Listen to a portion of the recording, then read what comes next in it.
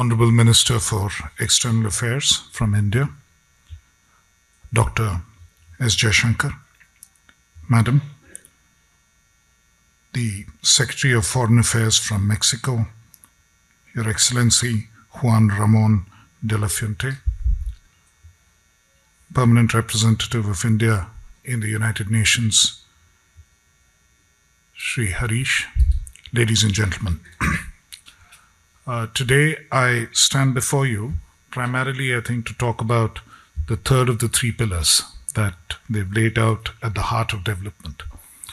Quite honestly, development and most of development gets fueled by technology, and every big spurt of growth that the world has seen has arisen out of change in technology.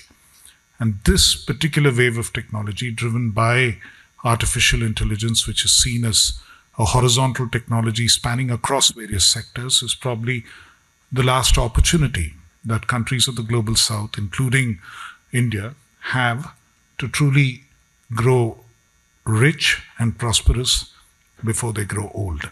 And that is why it's critical that this is a wave that the global south has to ride, and this is when these gaps would get filled in a sense.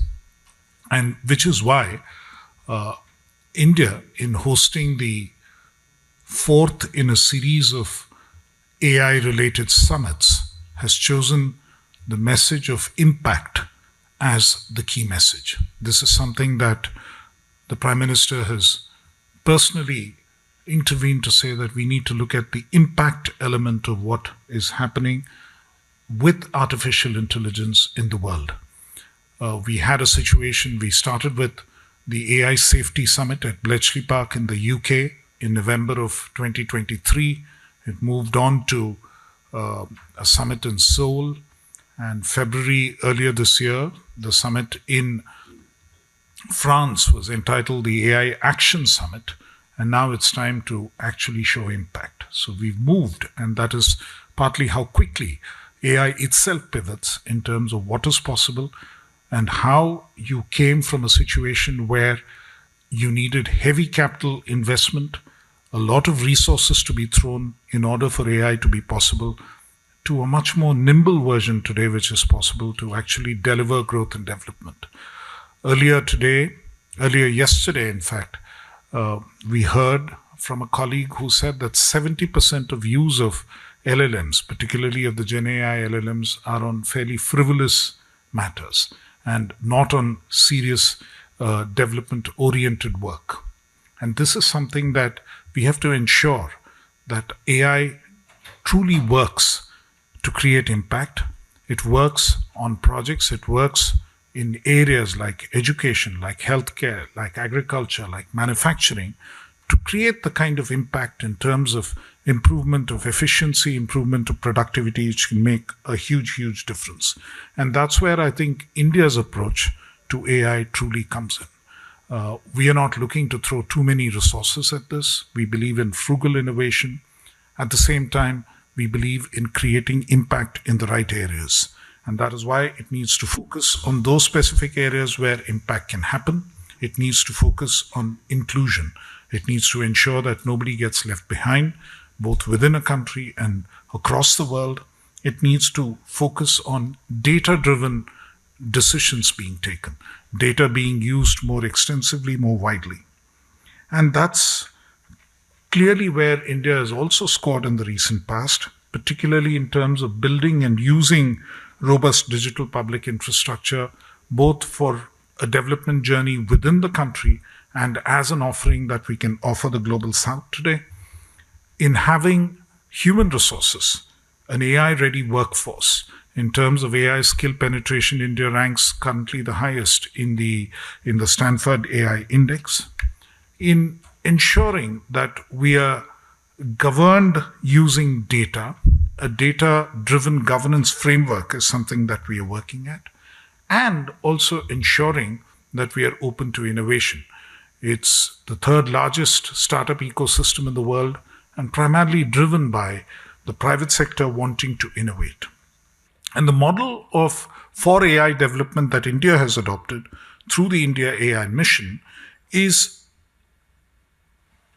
fully encompasses this philosophy and this approach. In terms of AI compute, we haven't invested billions of dollars in actually establishing that facility at one location from the government or from the private sector. What we have done is fuel the private sector to establish this facility of their own accord with an undertaking from the government to buy it at a price which is today at about 78 cents per hour, is half the price of what it is available anywhere else in the world. So that is one way in which about 38,000 GPUs of AI compute capacity has been created in the country within a year. And fundamentally on the back of a promise that it would be bought when needed for use across the country. And this is a model which is sustainable for anybody in the global south. Likewise, when it comes to the datasets platform that we have created, today more than 2,000 datasets are part of it and growing rapidly.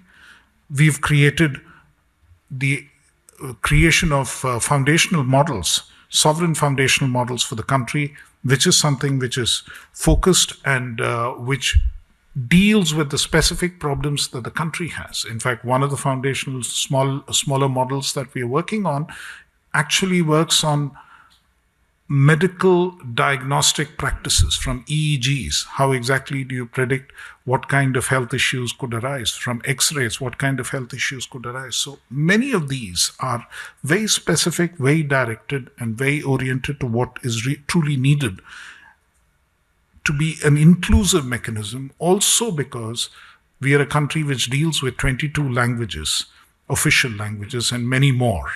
And we need the data, the wealth of knowledge which is available in all of these languages to be collected and used, and which is why the applications and the models that we build ensure this.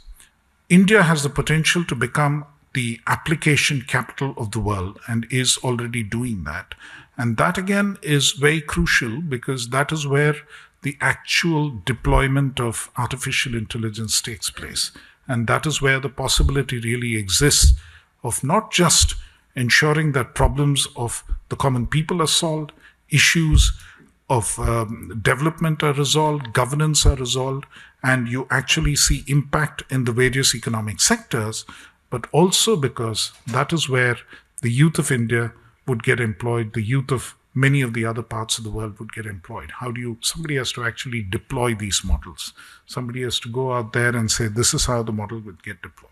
And for all of this, skilling is absolutely vital at all levels, from the level of awareness of what AI is and what it can do, from everybody being aware of this particular area of technology and growth, because again, it's horizontal, all the way up to PhDs and people who are going to do research in this area. And that's what the IndiaAI Mission supports across the board, from awareness level to the lower end aspects of data annotation and putting together the data sets, all the way to the research angle, all of those.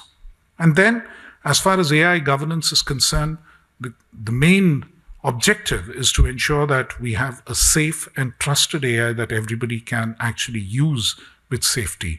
But at the same time, you don't have regulation that impedes innovation. In India, we believe that we have adequate laws to take care of some of the problematic aspects of AI, whether it is deep fakes, misrepresentation. Existing laws take care of some of those issues. Equally, we have a data protection bill which ensures that the data principal, the person to whom the data belongs, has control over the way that personal data is used. And they can decide how exactly it is done. A legal framework which can support that. There could be other issues. The government stands ready at any point to intervene if there is a need to legislate. But we believe that this is not the time to legislate. This is the time to really innovate and allow innovation in this area to flourish, and which is why one of the biggest startup ecosystems is also in India at this point in time. So this is how the entire IndiaAI mission has been structured, and this is a model which many agencies, development agencies and others believe is extremely suitable for adoption in the global south as well. And which is where I think you would see a lot of this impact if you did come and visit the Impact Summit to be held in New Delhi on 19th and 20th of February in 2026.